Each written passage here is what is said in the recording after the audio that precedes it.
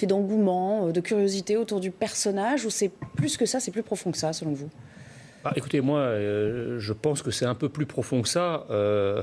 Il faut se souvenir qu'Emmanuel Macron, à peu près à la même date par rapport au scrutin de 2017, était donné à 11%. Donc vous voyez, rien n'est impossible. Maintenant, je pense qu'effectivement, sur le fond, la France est arrivée à un niveau de colère et de malaise qui fait qu'effectivement, le discours national français porté par Éric Zemmour, il parle aux gens. Vous savez, le général de Gaulle disait un mot très beau, il disait « Quand la France va mal, parlez-lui de la France ». Qui mieux qu'Éric Zemmour aujourd'hui parle de la France à la France. Et donc la France l'écoute, la France se pose des questions, la France tend l'oreille, et il lui reste en tout cas plusieurs mois pour convaincre. Voilà. Mais je pense qu'il y a ce qu'on appelle un match, c'est-à-dire une adhésion, voilà, quelque chose qui se passe et qu'on ferait bien d'étudier de très près. En fait, ce que je viens d'entendre peut être aisément inversé. C'est-à-dire que si un type qui n'est pas encore candidat arrive à faire 10%, alors même qu'il n'a pas fait acte de candidature, il ne s'est pas présenté devant les Français pour briguer la mandature suprême, c'est déjà très encourageant. Je pense qu'on connaît tous un certain nombre d'hommes politiques et d'hommes avec un grand H tout court qui rêveraient de faire 10% sans être candidat à rien. Donc le raisonnement, il faut faire attention parce qu'il est à double tranchant. Et la deuxième chose, c'est que quand j'entends Yves Durand nous expliquer que qu'il agit sur des fantasmes comme le grand remplacement, etc. Non, monsieur Durand, ce n'est pas un fantasme. Il y a un malaise identitaire que vous refusez de voir, vous et votre majorité. Il y a un malaise identitaire profond en France. Il y a une perte de la France, d'ailleurs conséquence de 40 années de défrancisation de la France, tantôt par l'idéologie dominante, les marchés, le néolibéralisme, etc., tantôt par une immigration massive qui attaque l'identité française et la culture française historique. Et tout ça, effectivement, est ressenti de manière incandescente par les Français. Vous savez, quand pour un être humain comme pour une nation, quand votre être est menacé en tant qu'être, je parle d'une menace ontologique, eh bien, ça ne veut pas dire que ça efface les autres problèmes, mais ça veut dire que la menace qui pèse sur votre être, c'est-à-dire votre capacité à rester français en France lorsqu'elle est menacée, les autres problèmes restent des problèmes, mais ils passent au second plan. Et ça, je pense que beaucoup de Français le ressentent comme ça aujourd'hui, d'où d'ailleurs la portée du discours d'Éric Zemmour qui, justement, parle de la France à la France. Sans sécurité, la défiance remplace la fraternité. Il y en a un qui nous dit c'est l'affaire de tous et l'autre qui dit c'est le premier devoir de l'État. Qui a raison? C'est pas du tout la même chose. Hein. Oui, enfin, vous savez, c'est des poncifs, c'est des généralités. Les Français attendent du résultat, attendent du concret, attendent qu'on prenne le mal. Vous n'avez pas trouvé incisif, vous avez Bertrand ce matin? Non, absolument pas. Et puis bon, de toute façon, je veux dire, les Républicains nous ont habitués effectivement à faire des moulinets avant les élections, peut-être à engager une ou deux mesures symboliques en début de mandat lorsqu'ils sont élus, et puis à tout lâcher sous la pression de la bien-pensance, etc., et des ONG immigrationnistes et compagnie.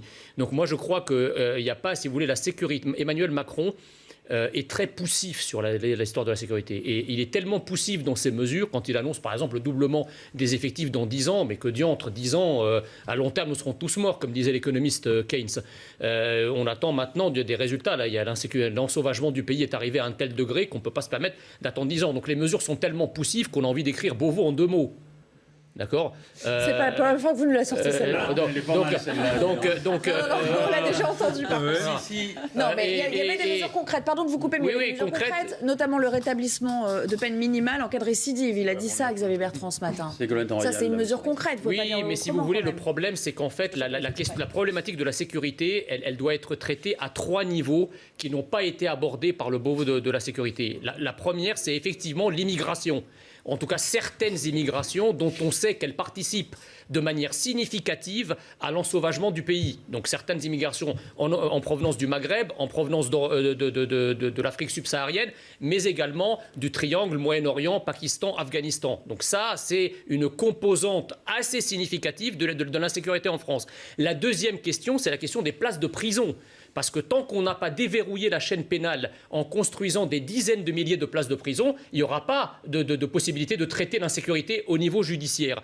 Et enfin, effectivement, l'idéologie des magistrats et les peines que prononcent les magistrats avec des peines minimales et qui vont croissantes à mesure que, effectivement, les individus plongent dans la délinquance. Jean Messia.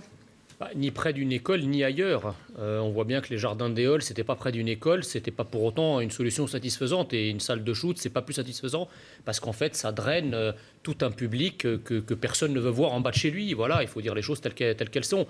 Maintenant, si vous voulez, c'est comme pour la sécurité, comme pour le reste. On ne peut pas considérer que ces affaires de shoot, que ces affaires de crack, comme le reste d'ailleurs de la criminalité qu'il y a en France, ce n'est pas simplement un problème de gestion ou un problème budgétaire ou un problème de moyens. C'est un problème qui doit être un problème national et qui doit être traité avec une vision nationale. C'est-à-dire qu'effectivement, quand on regarde le public qui est concerné par le crack, que ce soit les dealers ou les consommateurs, il y a énormément de personnes d'origine étrangère et même énormément de clandestins à l'intérieur de ce public. Donc effectivement, il faut d'ores et déjà contrôler les flux migratoires, ça c'est une chose, appréhender les gens qui sont clandestins parmi les vendeurs de crack ou les consommateurs et les expulser dans leur pays d'origine, et ceux qui restent, qui sont français, eh bien, il faut les traiter dans des structures spécialisées, c'est-à-dire des hôpitaux, ça relève du sanitaire, voilà. Donc, mais laisser les choses comme ça, c'est l'insécurité, le crack, vous savez, j'ai déjà eu l'occasion de l'utiliser, cette formule également, c'est que c'est comme un incendie, quoi. C'est-à-dire que on allume un incendie, on l'alimente, et puis on se plaint à la fin de ne pas avoir suffisamment de pompiers, suffisamment de camions pour l'éteindre. À un moment, il faut quand même essayer de traiter l'incendie à la racine, parce que vous avez beau mettre des pompiers et des camions, ça ne l'éteint pas. Oui, je pense qu'il ne faut pas mélanger les débats. J'entendais Yves Durand nous parler tout à l'heure des consommateurs dans les quartiers bourgeois, etc. Il ne faut pas confondre la problématique du cannabis et la problématique du crack. Ce sont deux problématiques totalement différentes, même si ça reste les deux des drogues, mais ce n'est pas pareil. La problématique du crack, et je pense que le reportage et le témoignage de Sandra Buisson a été parfaitement clair, ça concerne quand même une certaine population, à la fois les dealers et les consommateurs, qui sont principalement, d'ailleurs vous l'avez entendu vous-même, on parle de commerce communautaire, on parle de Gabon, on parle de Sénégal.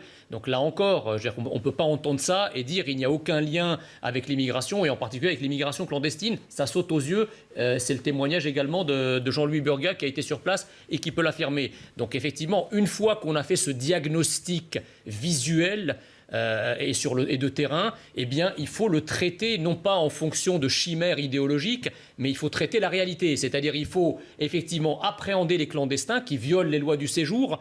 D'abord, non seulement ils veulent les lois du séjour, mais ils veulent un certain nombre de lois tout court, et donc il faut les renvoyer chez eux. Alors, il appartient au service de police effectivement de savoir qui sont ces gens, d'où ils viennent, et de pouvoir au moins les mettre dans des centres de rétention administrative avant de les virer. Une fois, Jean-Louis parlait de 90%. Alors je ne sais pas si le pourcentage peut être généralisé, mais en tout cas, il y a une grande majorité de gens issus de l'immigration et de l'immigration clandestine. Vous voyez bien que dès lors qu'on retire ce problème, la problématique du crack va se réduire d'autant plus. Et le résiduel, si je puis me permettre, eh bien, il pourra être géré, lui, parce que quand on aura, traité 90% à la fois des consommateurs et des dealers, eh bien, la population restante sera plus aisée à traiter. On change de un peu l'établissement. Je pense que c'est au-delà de ça. Alors bien sûr, ça permet effectivement de lutter contre les discriminations, au premier rang desquelles les discriminations vestimentaires, mais ça permet aussi de libérer l'esprit des enfants de toute cette concurrence de marques, de mode, etc., pour se consacrer davantage aux choses de l'esprit, à l'éducation au sens noble du terme, aux leçons, à l'apprentissage des savoirs essentiels, etc., etc. Aujourd'hui, les enfants vont à l'école plus pour comparer la marque de survêtement, la marque de basket, la marque de jean, que pour parler philosophie ou économie ou français. Jean Messia, en tout cas, si on suit cette logique, ça va être compliqué pour la natalité. On sait déjà qu'on on n'atteint pas tout à fait en France le seuil de renouvellement qui est de 2,1 par femme. On n'y est pas, mais alors là, quand on entend ce discours, on se dit, dans 20 ans, dans 30 ans, on n'y sera carrément pas. Oui, alors c'est un raisonnement que vous... Ça reste marginal à votre sens. Le raisonnement que vous faites là, c'est un raisonnement toute chose égale par ailleurs. Et effectivement, moi je crois beaucoup dans la politique, justement, pour changer et faire en sorte que les choses ne restent pas égales par ailleurs. Donc l'idée, si vous voulez, c'est qu'on arrive, que la politique arrive à redonner un horizon aux jeunes, qu'on arrive à changer effectivement le devenir de la France, qu'on arrive déjà à se sentir fier d'être français, à trouver les moyens de financer le modèle social français, à ouvrir un peu davantage la société, à réduire le problème de l'insécurité qui gangrène notre pays. Enfin, tout ça, si vous voulez, je pense qu'il y a un effet de loupe par rapport à ce que la jeunesse vit dans son quotidien et qu'elle a tendance à élargir sur un horizon un peu plus large. Donc si on arrive déjà à traiter, si vous voulez, ces problématiques que seule la politique peut traiter, eh bien, je pense que les jeunes auront une autre vision de l'avenir. Je vais vous citer une phrase du livre de Frédéric Dabi sur la fracture, dans laquelle il nous apprend qu'un jeune sur 5 aujourd'hui déclare qu'il est prêt à mourir, je vais me tourner vers vous, très peu de temps, qu'il est prêt à mourir pour la cause environnementale plus qu'à mourir pour la France. Ça vous effraie, ce genre de constat ? Ça m'effraie, mais ce n'est guère étonnant quand on voit le matraquage autour, effectivement, alors parfois à juste titre, autour de la problématique écologique, qui est devenue une problématique assez centrale dans la société. Mais je veux dire, il faut raison garder. C'est-à-dire, on ne peut pas prétendre, les politiques ne peuvent pas prétendre se soucier, je dirais, de la problématique planétaire quand ils ne sont pas fichus de se soucier et de traiter la problématique nationale, la problématique identitaire. Il faut toujours raisonner par cercle concentrique. On gagne en crédibilité sur des questions très générales et très larges d'un point de vue géographique et d'un point de vue thématique lorsqu'on a d'abord traité des problématiques qui sont à portée de main, qui sont les problématiques nationales. Parce que qui va croire qu'on peut traiter une problématique planétaire quand on n'est pas fichu de traiter les problématiques concrètes auxquelles les Français font face au jour le jour. La question aussi, c'est qu'effectivement, on a quand même toute une génération de jeunes à qui on a inculqué ça. C'est-à-dire qu'il y a une forme d'inhibition par rapport à un certain nombre de thématiques qui ont été celles, et Yves Durand le rappelait, par rapport à celles qui ont précédé, que ce soit des thématiques de patriotisme, des thématiques plutôt religieuses, des thématiques d'engagement politique. Aujourd'hui, la notion d'engagement, elle est quasi inexistante parce qu'on peine à savoir dans quoi on s'engage, si vous voulez. Et donc, il y a une espèce d'enfermement de l'individu, il y a une espèce d'individualisme méthodologique, pour parler comme la science économique, qui fait qu'en fait, les jeunes, ils ne sont pas prêts à mourir pour leur iPhone, quoi. Il n'y a pas beaucoup de grandes causes aujourd'hui pour lesquelles on veut mourir, ou en tout cas on est prêt à sacrifier sa vie. Oui, et puis surtout...